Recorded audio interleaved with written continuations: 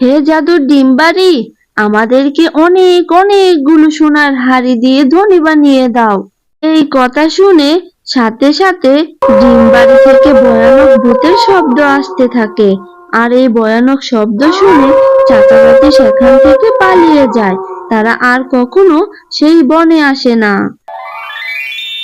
অনেকদিন আগে জুমা নামে একটি মেয়ে তার বাবা মায়ের সাথে থাকতো। তার বাবা মায়ের একটি দোকান ছিল।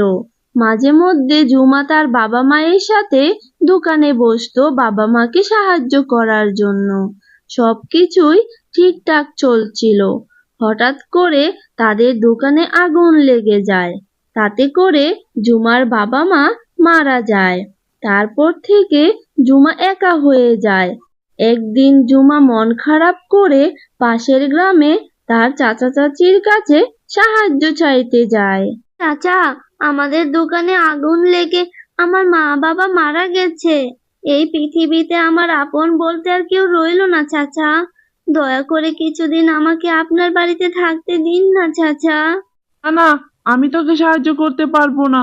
আমি যা রোজগার করি তাতে আমারই সংসার ভালো করে চলে না।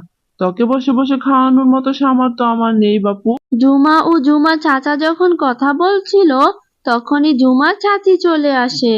আরে, এই ভিখারি কেন আমার বাড়িতে এসেছে? আরে, ওর নাকি বাবা মা মারা গেছে, তাই এসেছে আমাদের বাড়িতে কয়েকদিন থাকতে। না না, এটা আমাদের বাড়ি। এটা কোনো ধর্মশালা নয় যে কোনো রাস্তার ভিখারি এসে থাকবে। এই জুমা, তুই আর কোনোদিন আমাদের বাড়ির আশেপাশে আসবি না। অন্য কোথাও যা, না হলে কিন্তু আমি তোর পা ভেঙে দিব, বুঝেছিস? যা যা এখান থেকে। এসেছে আমাদের বাড়িতেই থাকতে, আর কোনো জায়গা পেল না। চাচা চাচির এমন কটু কথা শুনে জুমার অনেক মন খারাপ হয়, আর কাঁদতে কাঁদতে সেখান থেকে চলে আসে। অনেকক্ষণ হাঁটার পর জুমা একটা বনে চলে যায়। আর তখনই সে একটা সোনার নারকেল দেখতে পায়। আর এটা দেখে জুমা তো অনেক খুশি হয়ে যায়। এই নারকেলটা দেখছি সম্পূর্ণ সোনা দিয়ে তৈরি। আশেপাশেও তো কাউকে দেখতে পাচ্ছি না। এক কাজ করি, এটা আমি সাথে করে নিয়ে যাই। তাহলে এটা বিক্রি করে আমি অনেক টাকা পাবো। তখন আমার আর দুঃখ কষ্ট থাকবে না। এই কথা বলে জুমা নারিকেলটা উঠায়। আর তখনই সেখানে একটা বুড়ি শিয়ালিনী চলে আসে। এই মেয়ে, সাবধান! সোনার নারিকেলটা যেখান থেকে নিয়েছো সেখানেই রেখে দাও, না হলে কিন্তু ভালো হবে না। এত সাহস হয় কি করে তোমার শুনি? জুমা ভয় পেয়ে সোনার নারিকেলটি নিচে রেখে দেয়। আমার ভুল হয়েছে বুড়িমা, আমি জানতাম না এটা আপনার নারকেল। আমি না জেনে শুনেই আপনার নারিকেলটা নিয়েছি। আমাকে মাফ করে দিন আপনি। আমি এখান থেকে চলে যাচ্ছি। জুমার চোখ মুখ দেখে বুড়িমার অনেক মায়া হয়। দাঁড়াও মেয়ে, তোমাকে দেখে আমার অনেক সৎ ও দয়ালু মনে হচ্ছে। মনে হচ্ছে তুমি অনেক কষ্টে আছো। তোমার কি হয়েছে আমাকে বলতে পারো? বুড়িমা, কি বলবো আর এই পোড়া কপালের কথা। মা বাবাকে নিয়ে আমাদের সুখের সংসার ছিল, কিন্তু একদিন আমাদের দোকানে আগুন লেগে আমার মা বাবা মারা যায়। তারপর আমি একা হয়ে যাই। একদিন আমি চাচা চাচির বাড়িতেও গিয়েছিলাম, কিন্তু তারা আমাকে দূর দূর করে তাড়িয়ে দিয়েছে। তাই পৃথিবীতে আপন বলতে আমার আর কেউ রইলো না বুড়িমা। কোথায় যাব, কি খাবো কিছুই বুঝতে পারছি না। এই জন্যই তো বনে চলে এলাম। তুমি কোনো চিন্তা করো না মেয়ে, তুমি অনেক সৎ ও দয়ালু। আমি তোমাকে সাহায্য করব।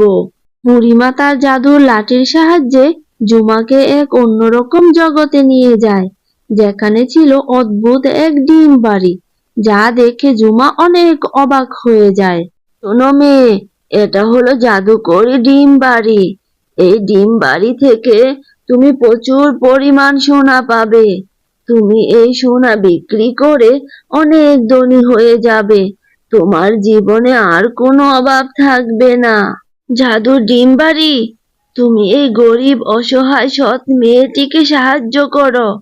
তুমি তোমার জাদু শক্তি দিয়ে এই মেয়েটিকে প্রচুর পরিমাণ সোনা দাও, যাতে করে তার দুঃখ কষ্টগুলো দূর হয়ে যায়। তারপর বুড়িমা বলার সাথে সাথে জাদুর ডিম বাড়ি তার জাদু শক্তি দিয়ে প্রচুর পরিমাণ সোনার হাড়ি এনে দেয়। আর তা দেখে ঝুমা নিজের চোখকে বিশ্বাসই করতে পারে না। এই সোনার হাড়ি থেকে যতটুকু তুমি চাইবে ততটুকুই তুমি সাথে করে নিয়ে যেতে পারবে। আর তোমার যদি কোনো প্রয়োজন হয় তাহলে তুমি এই ডিম বাড়ির কাছে এসে সাহায্য চাইবে। বুড়িমার মুখে এই কথা শুনে ঝুমা অনেক খুশি হয়ে যায় এবং সেখান থেকে একটা সোনার হাড়ি নিয়ে বাড়ি চলে আসে। তারপর ঝুমা সেই সোনা বিক্রি করে একটা বড় বাড়ি তৈরি করে আর গ্রামের গরিব অসহায়দের সোনা টাকা পয়সা দিয়ে সাহায্য সহযোগিতা করে। কিন্তু একদিন ঝুমার চাচা চাচি ঝুমার এই হঠাৎ করে ধনী হওয়ার খবরটি জেনে যায়। হ্যাঁ গো, শুনলাম তোমার বাতিজি ঝুমা নাকি অনেক বড়লোক হয়ে গেছে।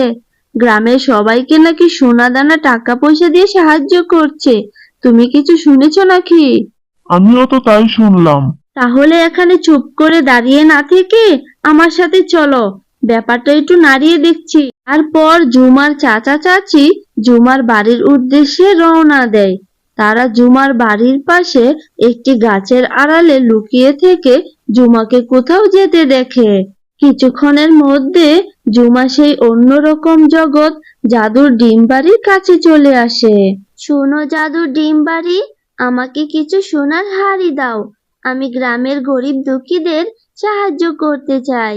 ঝুমার কথা শোনার সাথে সাথে জাদুর ডিম বাড়ি ঝুমাকে কয়েকটি সোনার হাড়ি দেয়। তারপর ঝুমা একটা সোনার হাড়ি নিয়ে গ্রামে চলে আসে। অন্যদিকে ঝুমার চাচা চাচি আড়ালে লুকিয়ে লুকিয়ে সব দেখছিল। ঝুমা যখন সোনার হাড়ি নিয়ে চলে যায় তখন তার চাচা চাচি ডিম বাড়ির কাছে আসে। হে জাদুর ডিম বাড়ি, আমাদেরকে অনেক অনেকগুলো সোনার হাড়ি দিয়ে ধনী বানিয়ে দাও। এই কথা শুনে সাথে সাথে ডিম বাড়ি থেকে ভয়ানক ভূতের শব্দ আসতে থাকে। আর এই ভয়ানক শব্দ শুনে চাচা চাচি সেখান থেকে পালিয়ে যায়। তারা আর কখনো সেই বনে আসে না।